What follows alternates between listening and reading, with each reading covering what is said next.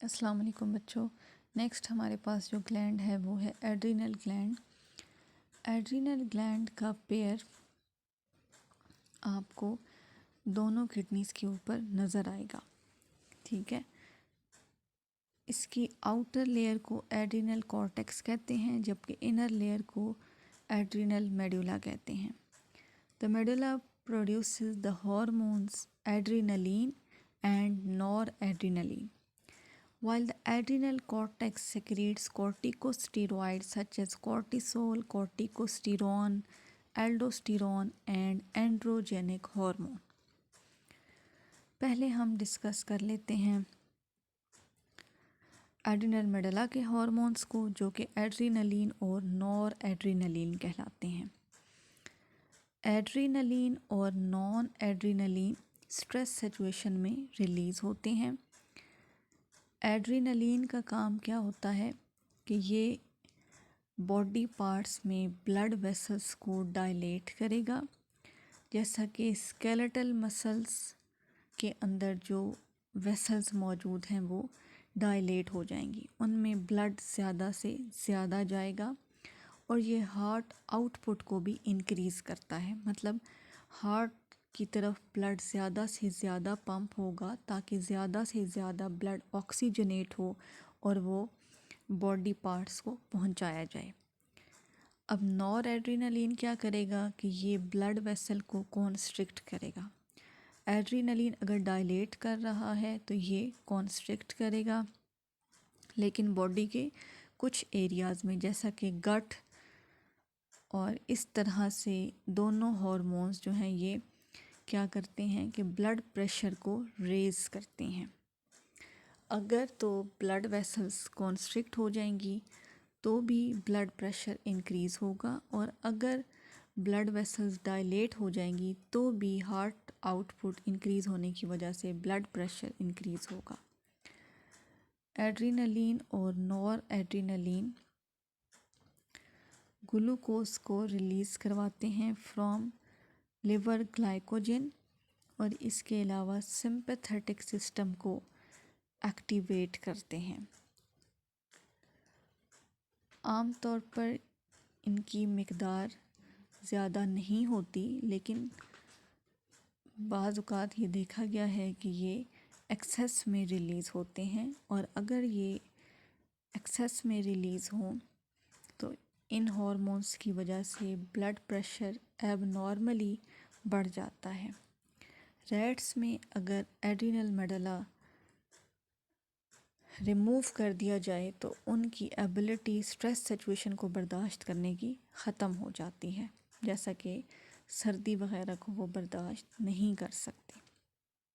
तो एड्रीनलिन और nor adrenaline stress situation में रिलीज़ होने वाले हार्मोन हैं, जैसा कि बहुत ज़्यादा कोल्ड के टाइम पे या वैसे कोई स्ट्रेस सिचुएशन है या फिर फ़ाइट और फ्लाइट की कंडीशन है, गुस्से की सिचुएशन है, बहुत खुशी की सिचुएशन है, तो उस दौरान ये हार्मोन्स रिलीज़ होते हैं। तो एड्रीनलिन ब्लड वेसल्स को डायलेट करता है और हार्ट आउटपुट को इंक्रीज़ करता है। नॉर एड्रीनलिन ब्लड वेसल्स को कॉन्स्ट्रिक्ट करता है, जैसा कि गट वगैरह में, और इस तरह से दोनों हार्मोन्स ब्लड प्रेशर को इंक्रीज़ करते हैं। इसके अलावा दोनों हार्मोन्स ग्लाइकोजन में से ग्लूकोज रिलीज़ करवाते हैं और सिंपैथेटिक सिस्टम को एक्टिवेट करते हैं। नेक्स्ट हमारे पास हैं cortical hormones. Adrenal cortex all the time active होता है, लेकिन ये शॉक या स्ट्रेस सिचुएशन में या इन्फेक्शंस में बहुत ज़्यादा एक्टिव होता है। कॉर्टिसोल ग्लूकोकॉर्टिकॉइड है जो कि ब्लड ग्लूकोज लेवल को इंक्रीज़ करता है। किस तरह से? प्रोटीन से, और इसके अलावा ये इंसुलिन के बिल्कुल अगेंस्ट काम करता है। कॉर्टिकोस्टेरोन ग्लूकोकॉर्टिकॉइड भी है और मिनरेलोकॉर्टिकॉइड भी है। ग्लूकोकॉर्टिकॉइड मीन वो हार्मोन जो कि ब्लड ग्लूकोज लेवल को इंक्रीज़ करते हैं। मिनरेलोकॉर्टिकॉइड वो हार्मोन्स होते हैं जो कि मिनरल और आइंस का बैलेंस ब्लड के अंदर मेंटेन करते हैं।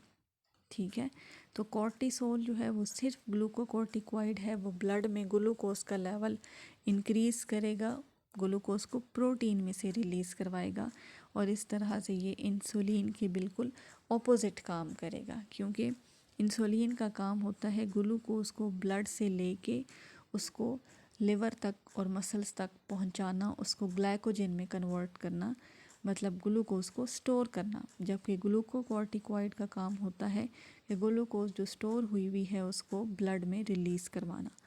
तो ये तो हम बात कर रहे थे कॉर्टिसोल की। कॉर्टिकोस्टेरॉन ग्लूकोकॉर्टिकॉइड भी है और मिनरेलोकॉर्टिकॉइड भी है, मतलब ये ग्लूकोज के लेवल को भी मेंटेन करता है और आइंस के बैलेंस को भी बरकरार रखने में हेल्प करता है।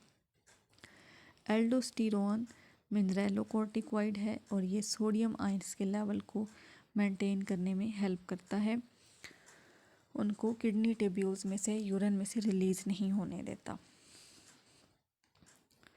अगर एड्रिनल कॉर्टेक्स किसी वजह से ख़राब हो जाए, जैसा कि एडिसन्स डिजीज़ में होता है, एड्रिनल कॉर्टेक्स की डिस्ट्रक्शन स्टार्ट हो जाए तो इसकी वजह से मेटाबॉलिक डिस्टर्बेंस स्टार्ट हो जाती है।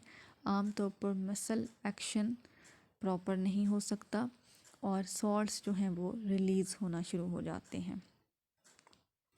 मसल्स इस तरह से वीक होंगे कि ग्लूकोज जो है ये जितनी भी स्टोर हुई भी होगी वो सारी की सारी ब्लड में रिलीज़ हो जाएगी।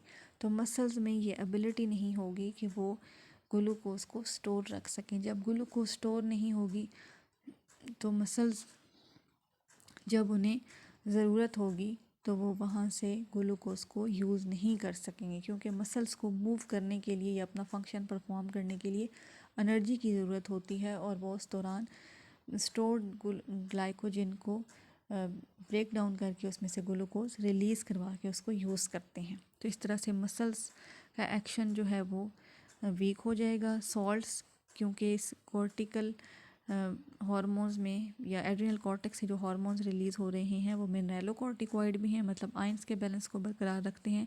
तो जब आइंस का बैलेंस मेंटेन करने के लिए हार्मोन्स नहीं होंगे तो सॉल्ट्स जो हैं वो बॉडी से रिलीज़ होना शुरू हो जाएंगी। स्ट्रेस सिचुएशन जैसा कि कोल्ड वगैरह में ये आम तौर पर ओवरकम नहीं हो सकेगा, जिसको अगर ये नॉर्मल मौजूद हो एड्रिनल कॉर्टेक्स तो ये इन सिचुएशंस को ओवरकम कर लेता है। अगर ये नहीं होगा एड्रिनल कॉर्टेक्स तो ये डेथ भी हो सकती है उस पेशेंट की। ये तो थी एडिसन्स डिजीज़। इस दौरान एड्रिनल कॉर्टेक्स के हार्मोन्स नहीं होंगे। नेक्स्ट है हमारे पास कुशिंग्स डिजीज़। इसमें एडिसन्स डिजीज़ के बिल्कुल ऑपोजिट होगा, क्योंकि इसमें कॉर्टिकल हार्मोन्स बहुत ज़्यादा प्रोड्यूस होंगे। इसकी सिम्टम्स क्या होंगी कि प्रोटीन ब्रेकडाउन बहुत ज़्यादा होगा, जिसकी वजह से मसल्स और बोन वीक होना शुरू हो जाएंगी, क्योंकि जितने ज़्यादा हार्मोन्स होंगे वो उतनी ज़्यादा रिलीज़ करवाएंगे ग्लूकोज को और प्रोटीन की ब्रेक डाउन स्टार्ट हो जाएगी। जितनी ज़्यादा प्रोटीन ब्रेक डाउन होगी उसमें से ग्लूकोज रिलीज़ होना शुरू हो जाएगी और इस तरह से मसल्स और बोन्स वीक हो जाएंगी। ब्लड शुगर या ब्लड में शुगर का लेवल हाई होने की वजह से मेटाबॉलिज्म डिस्टर्ब हो जाएगा, जैसा कि डायबिटीज़ में होता है कि डायबिटिक पेशेंट्स के अंदर ग्लूकोज का लेवल बहुत ज़्यादा होता है। नेक्स्ट हमारे पास है एंड्रोजेंस। एंड्रोजन हार्मोन जो हैं ये सेकेंडरी मेल करेक्टरिस्टिक्स को डेवलप करवाने में हेल्प करते हैं। इनकी बहुत ही कम मिकदार मेल्स और फीमेल्स में रिलीज़ होती है। अगर एड्रिनल कॉर्टेक्स के अंदर वाले हिस्से में ट्यूमर बन जाए, स्पेशली इन अ फीमेल, तो उसकी वजह से एंड्रोजेंस बहुत ज़्यादा प्रोड्यूस होते हैं और उन फीमेल्स में मेल करैक्टरिस्टिक्स डेवलप होना शुरू हो जाते हैं, लेकिन ये केसेस बहुत ही रेयर होते हैं। तो अगर एड्रिनल कॉर्टेक्स डिस्ट्रॉय हो जाएगा तो उस दौरान एड्रिनल कॉर्टेक्स के हार्मोन्स ख़त्म हो जाएंगे, जिसकी वजह से एडिसन्स डिजीज़ होगी और उसमें मसल्स वीक होना शुरू हो जाएंगे और सॉल्ट्स भी रिलीज़ होना शुरू हो जाएंगे।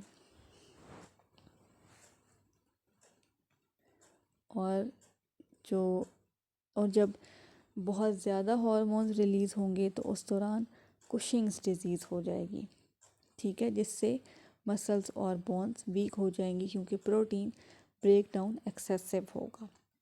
तो नेक्स्ट हमने एंड्रोजेंस डिस्कस किए हैं। तो एंड्रोजेंस मेल फीमेल्स दोनों में रिलीज़ होते हैं और अगर ट्यूमर बन जाए एड्रिनल कॉर्टेक्स में तो एंड्रोजेंस फीमेल्स के अंदर बहुत ज़्यादा रिलीज़ होना शुरू हो जाते हैं और इस तरह से उन फीमेल्स में मेल की करैक्टरिस्टिक्स डेवलप होना शुरू हो जाती हैं, जैसे कि उनके चेहरे पे बाल आना शुरू हो जाते हैं। तो इस तरह की करैक्टरिस्टिक्स ये एंड्रोजेंस हार्मोन जो हैं ये डेवलप करवाना शुरू कर देते हैं अगर इनका लेवल ज़रूरत से ज़्यादा हो जाए तो। नेक्स्ट हमारे पास है गट। तो गट भी एंडोक्राइन टिश्यू का काम करती है। गट के जो इम्पोर्टेंट हार्मोन्स हैं वो हैं गैस्ट्रिन और सेक्रेटिन। गैस्ट्रिन हार्मोन स्टमक के पाइलोरिक रीजन से रिलीज़ होता है या वहाँ पे प्रोड्यूस होता है और इसका काम होता है कि ये गैस्ट्रिक जूस की सेक्रीशन को स्टिम्युलेट करता है। ये प्रोड्यूस कब होगा? जब स्टमक के अंदर प्रोटीन पे मुश्तमिल खुराक आती है, जब ये कुछ हद तक डाइजेस्ट हो चुकी होती है तो उस दौरान ये हार्मोन रिलीज़ होता है और गैस्ट्रिक जूस की सेक्रीशन को स्टिम्युलेट करता है। सेकेंड हार्मोन है हमारे पास सेक्रेटिन। ये ड्यूडेनम में प्रोड्यूस होता है। जब ड्यूडेनम में स्टमक से एसिडिक फूड आती है तो वो ड्यूडेनम को स्टिम्युलेट करती है to produce a hormone known as secretin. ये हार्मोन पेंक्रियास को इफ़ेक्ट करता है और वहाँ से पेंक्रियाटिक जूस को प्रोड्यूस करवा के रिलीज़ करवाता है। इसके अलावा ये लिवर के अंदर बाइल प्रोडक्शन को भी कंट्रोल करता है या उसके रेट को इफ़ेक्ट करता है या कंट्रोल करता है। नेक्स्ट हमारे पास है गोनेड्स। गोनेड्स में हमारे पास ओवरीज आ जाती हैं और टेस्टिस आ जाती हैं। तो ओवरी से जो हार्मोन निकल रहे हैं वो एस्ट्रोजन और प्रोजेस्टेरॉन कहलाते हैं। एस्ट्रोजन फॉलिकल्स में से रिलीज़ होते हैं या सेक्रीट होते हैं। एस्ट्रोजन का ये एस्ट्रोजेंस जो हैं ये रिलीज़ कब होंगे? जब FSH जो कि पिट्यूटरी ग्लैंड से रिलीज़ होता है। FSH को फॉलिकल स्टिमुलेटिंग हार्मोन कहते हैं। ये फॉलिकल स्टिमुलेटिंग हार्मोन जब पिट्यूटरी से रिलीज़ होता है तो ये ओवरीज के अंदर फॉलिकल्स को डेवलप होने में मदद करता है। तो वो फॉलिकल्स राइपेंड फॉलिकल्स कहलाती हैं और उनमें से फिर एस्ट्रोजन रिलीज़ होगा। एस्ट्रोजन सेकेंडरी सेक्सुअल करैक्टरिस्टिक्स को डेवलप करवाने में हेल्प करता है फीमेल के अंदर। इसके अलावा यूट्राइन वॉल्स को थिक करता है और एस्ट्रस या मेंस्ट्रुअल साइकिल को कंट्रोल करता है। एस्ट्रस साइकिल जो होता है ये फीमेल्स के अलावा बाकी जितने भी मैमल्स हैं उनकी फीमेल्स इस साइकिल को शो करती हैं। एस्ट्रस साइकिल का मतलब होता है कि उस दौरान जो फीमेल्स होती हैं वो उनका बॉडी टेम्परेचर बहुत ज़्यादा होता है और वो डिज़ायर शो करती हैं for production of next generation. तो ये एस्ट्रस और मेंस्ट्रुअल साइकिल को कंट्रोल करता है। इसके अलावा ये फीडबैक या पॉजिटिव फीडबैक के ज़रिए LH के लेवल को भी कंट्रोल करता है और LH का लेवल राइज हो जाता है। ये यूट्राइन वॉल की हीलिंग और रिपेयर को भी कंट्रोल करता है मेंस्ट्रुएशन के बाद। और एस्ट्रोजन की वजह से यूट्राइन वॉल के जो कुछ सेल्स होते हैं वो ग्लैंडुलर हो जाते हैं और प्रोटीनेशियस सेक्रेशन सेक्रेट करते हैं, जिनको एम्ब्रियो अर्ली डेवलपमेंट के दौरान यूटिलाइज करता है।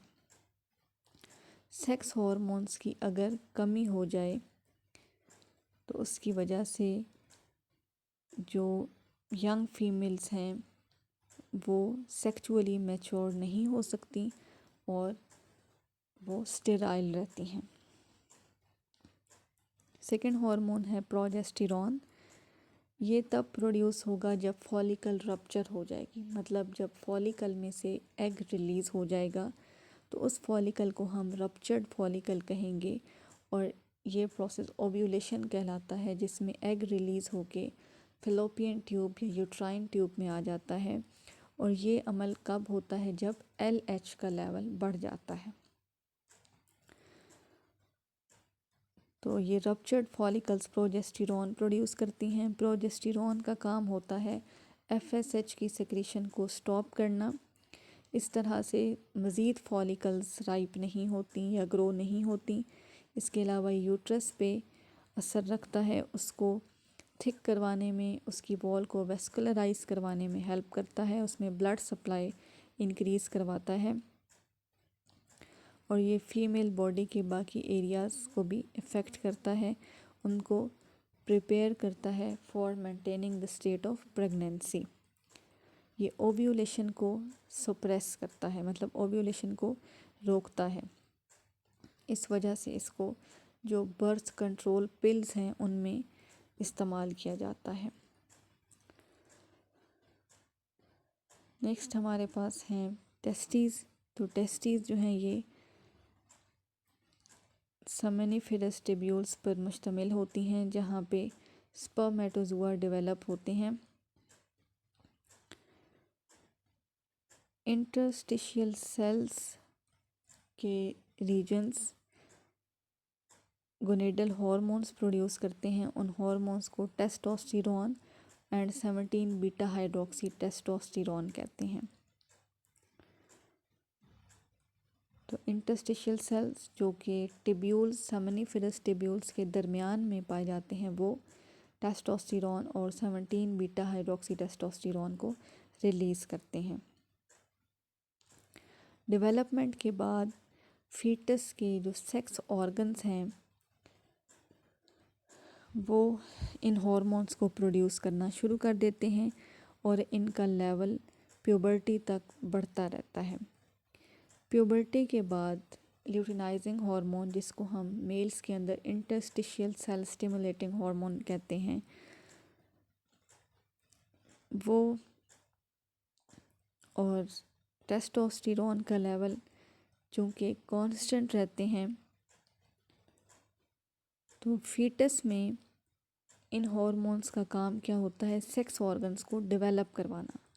लेकिन प्यूबर्टी में इनका काम होता है मेल सेकेंडरी कैरेक्टरिस्टिक्स को डेवलप करवाना, जैसा कि मेल्स के अंदर उनकी बॉडी जो होती है वो बहुत हैवी होती है। आप मर्दों के हाथ पाँव वगैरह देखें तो वो ज़रा फीमेल्स की निस्बत ज़्यादा मोटे होते हैं, तो उनको डेवलप करवाना। इसके अलावा मर्दों की जो आवाज़ होती है उसकी पिच बहुत ज़्यादा होती है, तो उसको डेवलप करवाना। और इसके अलावा मेल सेकेंडरी कैरेक्टरिस्टिक्स में दाढ़ी मूछ का आ जाता है कि मर्दों में ये दाढ़ी वगैरह मूछ वगैरह का निकलना, ये मेल सेकेंडरी कैरेक्टरिस्टिक्स हैं जिनको टेस्टोस्टेरोन और 17 बीटा हाइड्रोक्सी टेस्टोस्टेरोन कंट्रोल करते हैं। जिन मेल्स में टेस्टीज़ नहीं होंगी तो उनमें ज़ाहिरी बात है ये हार्मोन्स भी नहीं होंगे। कैस्ट्रेटेड यहाँ पे वर्ड यूज़ किया गया, तो कैस्ट्रेटेड का मतलब होता है कि जिनकी टेस्टीज़ रिमूव कर दी जाएँ, तो उनमें ये हार्मोन नहीं होंगे। जब हार्मोन नहीं होंगे तो सेकेंडरी सेक्सुअल कैरेक्टरिस्टिक्स भी डेवलप नहीं होंगी और उनकी बॉडी इमेच्योर फीमेल की तरह होगी। ठीक है।